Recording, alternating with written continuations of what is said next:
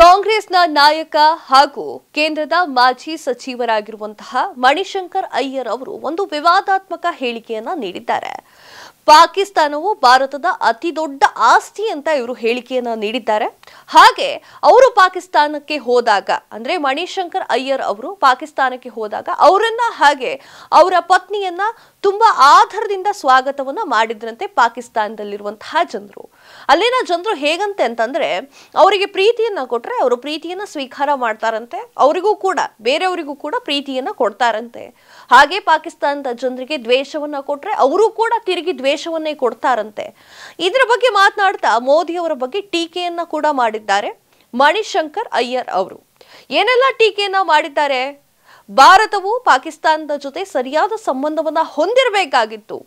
ಈಗಿರುವ ಸರ್ಕಾರ ನಿಜಕ್ಕೂ ಪಾಕಿಸ್ತಾನದವರನ್ನ ದೂರ್ತಾ ಇದೆ, ಪಾಕಿಸ್ತಾನದವರನ್ನ ಭಯೋತ್ಪಾದಕರು ಅಂತ ಬಿಂಬಿಸ್ತಾ ಇದೆ ಅಂತ ಹೇಳಿ ಮೋದಿ ಅವರಿಗೆ ಟೀಕೆಯನ್ನ ಮಾಡಿದ್ದಾರೆ ಮಣಿಶಂಕರ್ ಅಯ್ಯಂಗಾರ್ ಅವರು. ಅವರು ಪಾಕಿಸ್ತಾನಕ್ಕೆ ಹೋದಾಗ ನಿಜಕ್ಕೂ ಆಧಾರದಿಂದ ಸ್ವಾಗತವನ್ನ ನೀಡಿದ್ರಂತೆ ಪಾಕಿಸ್ತಾನದ ಜನರು. ಹಾಗೆ ಅವರಿಗೆ ಏನ್ ಬೇಕೋ ಆ ವ್ಯವಸ್ಥೆಯನ್ನ ಮಾಡಿಕೊಟ್ಟಿದ್ರಂತೆ ಅವರಿಗೂ ಹಾಗೂ ಅವರ ಪತ್ನಿಗೂ ಕೂಡ. ಈ ವಿಚಾರವಾಗಿ ಪಾಕಿಸ್ತಾನವನ್ನ ಹೊಗಳಿ ಇವರು ಮಾತನಾಡಿದ್ದಾರೆ, ಮೋದಿಯನ್ನ ಟೀಕೆ ಮಾಡಿದ್ದಾರೆ. ನಮ್ಮ ದೇಶದ ಪ್ರಧಾನಮಂತ್ರಿಗಳಾಗಿರುವಂತಹ ಶ್ರೀ ನರೇಂದ್ರ ಮೋದಿ ಅವರನ್ನ ಟೀಕೆ ಮಾಡಿ ಕಾಂಗ್ರೆಸ್ನ ನಾಯಕರಾಗಿರುವಂತಹ ಮಣಿಶಂಕರ್ ಅಯ್ಯರ್ ಅವರು ಟೀಕೆ ಮಾಡಿ ಮಾತನಾಡಿದ್ದಾರೆ.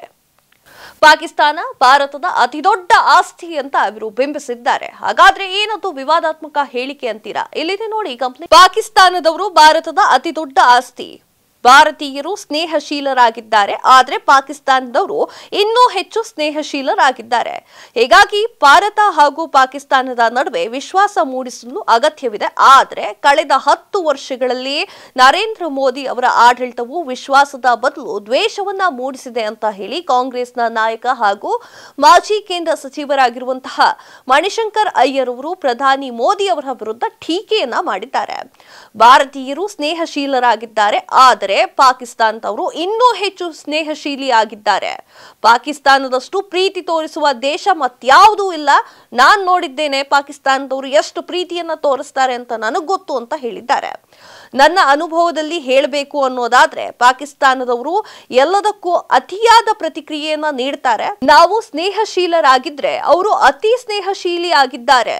ನಾನು ತಿರುಗಿ ನಿಂತರೆ ಅವರು ಕೂಡ ತಿರುಗಿ ನಿಲ್ತಾರೆ, ಸೂಕ್ಷ್ಮವಾಗಿ ಅತಿ ಸೂಕ್ಷ್ಮವಾಗಿ ಅವರು ಕೂಡ ತಿರುಗಿ ನಿಲ್ತಾರೆ ಅಂತ ಹೇಳಿದ್ದಾರೆ. ಅಂದ್ರೆ ನಾವು ಪ್ರೀತಿ ತೋರಿಸಿದ್ರೆ ಅವರು ಪ್ರೀತಿ ತೋರಿಸ್ತಾರೆ, ನಾವೇನಾದ್ರೂ ತಿರುಗಿ ಬಿದ್ರೆ ಅವರು ಕೂಡ ತಿರುಗಿ ಬೀಳ್ತಾರೆ. ನಮಗ್ ಗೊತ್ತಿರಬೇಕು ಹೇಗೆ ಮಾತನಾಡಬೇಕು, ಪಾಕಿಸ್ತಾನದವ್ರ ಜೊತೆ ಹೇಗೆ ಬಾಂಧವ್ಯವನ್ನ ಇಟ್ಟುಕೊಳ್ಳಬೇಕು ಅನ್ನುವಂತಹ ನಿಟ್ಟಿನಲ್ಲಿ ಮಣಿಶಂಕರ್ ಅಯ್ಯರ್ ಅವರು ಹೇಳಿಕೆಯನ್ನ ನೀಡಿದ್ದಾರೆ. ಪಾಕಿಸ್ತಾನದ ಅಲ್ಹಾಮಾದಲ್ಲಿ ನಡೆದ ಫೈಜ್ ಉತ್ಸವದಲ್ಲಿ ಇತ್ತೀಚೆಗೆ ಮಾತನಾಡಿದಂತಹ ಅವರು, ನಾನು ಈ ಹಿಂದೆ ಪಾಕಿಸ್ತಾನದಲ್ಲಿ ಭಾರತದ ಕನ್ಸುಲ್ ಜನರಲ್ ಆಗಿ ಕೆಲಸವನ್ನ ಮಾಡಿದ್ದೆ.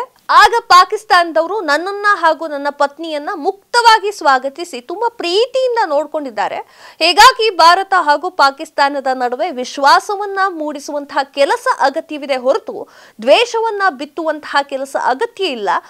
ಆದರೆ ಕಳೆದ 10 ವರ್ಷಗಳ ನರೇಂದ್ರ ಮೋದಿ ಅವರ ಆಡಳಿತವು ವಿಶ್ವಾಸದ ಬದಲು ದ್ವೇಷವನ್ನ ಮೂಡಿಸಿದೆ ಅಂತ ಹೇಳಿ ಆರೋಪವನ್ನ ಮಾಡಿದ್ದಾರೆ ಮಣಿಶಂಕರ್ ಅಯ್ಯರ್ ಅವರು. ಪಾಕಿಸ್ತಾನ ಹೇಗೆ ಇಸ್ಲಾಮಿಕ್ ಗಣರಾಜ್ಯವಾಗಿದೆಯೋ ಹಾಗೆಯೇ ಭಾರತವನ್ನ ಹಿಂದುತ್ವದ ಗಣರಾಜ್ಯವನ್ನಾಗಿ ಮಾಡುವಂತಹ ಪ್ರಯತ್ನ ಇತ್ತೀಚಿನ ವರ್ಷದಲ್ಲಿ ನಡೀತಾನೆ ಇದೆ. ಅದು ಖಂಡಿತವಾಗ್ಲೂ ತಪ್ಪು. ಪಾಕಿಸ್ತಾನದ ರಚನೆಯ ಕಾಲದಲ್ಲೇ ನೆಹರು ಹಾಗೂ ಗಾಂಧಿಯವರು ಭಾರತವನ್ನ ಧರ್ಮದ ಆಧಾರದ ಮೇಲೆ ನಿರ್ಮಿಸಲು ಸಾಧ್ಯವಿಲ್ಲ ಅಂತ ಹೇಳಿದ್ರು. ಅದನ್ನ ನೆನಪಿನಲ್ಲಿ ಇಟ್ಕೊಳ್ಬೇಕು. ಈಗ ಈ ಸರ್ಕಾರ ಏನು ಮಾಡ್ತಾ ಇದೆ? ನಿಜಕ್ಕೂ ಹಿಂದೂಗಳ ಗಣರಾಜ್ಯೋತ್ಸವವನ್ನ ಆಚರಿಸುವಂತಹ ಪ್ರಯತ್ನವನ್ನ ಮಾಡ್ತಿದೆಯಾ ಅಂತ ಪ್ರಶ್ನೆಯನ್ನ ಕೇಳಿದ್ದಾರೆ. ಇನ್ನು ಭಾರತ ಹಾಗೂ ಪಾಕಿಸ್ತಾನದ ಸರ್ಕಾರಗಳು ಪರಸ್ಪರ ಕಚ್ಚಾಡ್ತಿದ್ರು ಕೂಡ ಉಭಯ ದೇಶಗಳ ಜನರು ಅನ್ಯ ತಟಸ್ಥ ದೇಶವನ್ನ ಪರಸ್ಪರ ಭೇಟಿಯಾಗಿ ಭ್ರಾತೃತ್ವವನ್ನ ಬೆಳೆಸಿಕೊಳ್ಬೇಕು ಅಂತ ಕರೆಯನ್ನ ನೀಡಿದ್ದಾರೆ. ಕೆಲ ವರ್ಷಗಳ ಹಿಂದೆ ಮಣಿಶಂಕರ್ ಅಯ್ಯರ್ ಅವರು ತಮ್ಮ ಪುಸ್ತಕದಲ್ಲಿ ಪಾಕಿಸ್ತಾನವನ್ನ ಹೊಗಳಿದ್ದು ತೀವ್ರ ವಿವಾದಕ್ಕೆ ಕಾರಣವಾಗಿತ್ತು. ಅಲ್ಲದೆ ಇತ್ತೀಚೆಗೆ ಮಣಿಶಂಕರ್ ಅಯ್ಯರ್ ಪುತ್ರಿ ರಾಮ ಮಂದಿರದ ವಿರೋಧಿ ಟೀಕೆಗಳಿಗೆ ಗುರಿಯಾಗಿದ್ರು. ಮಣಿಶಂಕರ್ ಅಯ್ಯರ್ ಅವರು ಹೇಳ್ತಿರೋದು ಇಷ್ಟೇ, ಪಾಕಿಸ್ತಾನಕ್ಕೆ ನಾವು ಹೇಗೆ ಏಟನ್ನ ಕೊಡ್ತೀವೋ ಹಾಗೆ ತಿರುಗೇಟನ್ನ ಕೊಡ್ತಾರೆ. ಪಾಕಿಸ್ತಾನಕ್ಕೆ ಪ್ರೀತಿಯನ್ನ ಕೊಟ್ರೆ ಅವರು ತಿರ್ಗಾ ಪ್ರೀತಿಯನ್ನೇ ಕೊಡ್ತಾರೆ ಹೊರತು ದ್ವೇಷವನ್ನ ಬಿತ್ತೋದಿಲ್ಲ ಅವರು. ಅವರು ಮತ್ತೆ ಅವರ ಪತ್ನಿ ಬೇರೆ ಕಡೆಗೆ ಹೋದಾಗ, ಪಾಕಿಸ್ತಾನಕ್ಕೆ ಹೋದಾಗ ತುಂಬಾ ವಿಶ್ವಾಸದಿಂದ ಪ್ರೀತಿಯಿಂದ ಸ್ವಾಗತವನ್ನ ಮಾಡಿದ್ರಂತೆ ಪಾಕಿಸ್ತಾನದ ಜನರು. ಆ ಕಾರಣಕ್ಕೋಸ್ಕರ ಮಣಿಶಂಕರ್ ಅಯ್ಯರ್ ಅವರು ಪಾಕಿಸ್ತಾನವನ್ನ ನಿಜಕ್ಕೂ ಅತಿ ದೊಡ್ಡ ಒಂದು ಆಸ್ತಿ ಭಾರತದ್ದು ಅಂತ ಹೇಳ್ತಾ ಇದ್ದಾರೆ. ಇನ್ನು ವಿಚಾರ ಏನು ಅಂತಂದ್ರೆ, ಪಾಕಿಸ್ತಾನದಲ್ಲಿ ಇರುವಂತಹ ಅಷ್ಟೂ ಜನರು ಭಯೋತ್ಪಾದಕರಲ್ಲ ಅಂತ ಇವರು ಹೇಳಿಕೆಯನ್ನ ನೀಡ್ತಾ ಇದ್ದಾರೆ. ಮೋದಿ ಅವರಿಗೂ ಕೂಡ ಟೀಕೆಯನ್ನ ಮಾಡಿದ್ದಾರೆ. ಈ ಟೀಕೆಯ ಬಗ್ಗೆ ನೀವೇ ಕೇಳಿದ್ರಿ. ಮೋದಿ ಅವರು ನಿಜಕ್ಕೂ ಹಿಂದುತ್ವದ ಗಣರಾಜ್ಯೋತ್ಸವನ್ನ ಆಚರಣೆ ಮಾಡೋದಕ್ಕೆ ಮುಂದಾಗ್ತಾ ಇದ್ದಾರೆ ಅನ್ನುವಂತಹ ಮಾತನ್ನು ಕೂಡ ಮಣಿಶಂಕರ್ ಅಯ್ಯರ್ ಅವರು ಹೇಳಿಕೆಯನ್ನ ನೀಡಿದ್ದಾರೆ. ಆ ಮಾತುಗಳನ್ನು ಕೂಡ ಆಡಿದ್ದಾರೆ ಅವರು. ಇದೆಷ್ಟೋ ಈ ಹೊತ್ತಿನ ಸುದ್ದಿ ಆಗಿತ್ತು. ಮತ್ತಷ್ಟು ಸುದ್ದಿಗಳಿಗಾಗಿ ನೋಡ್ತಾ ಇರಿ ಲೈನ್ ಟಿವಿ ಕನ್ನಡ.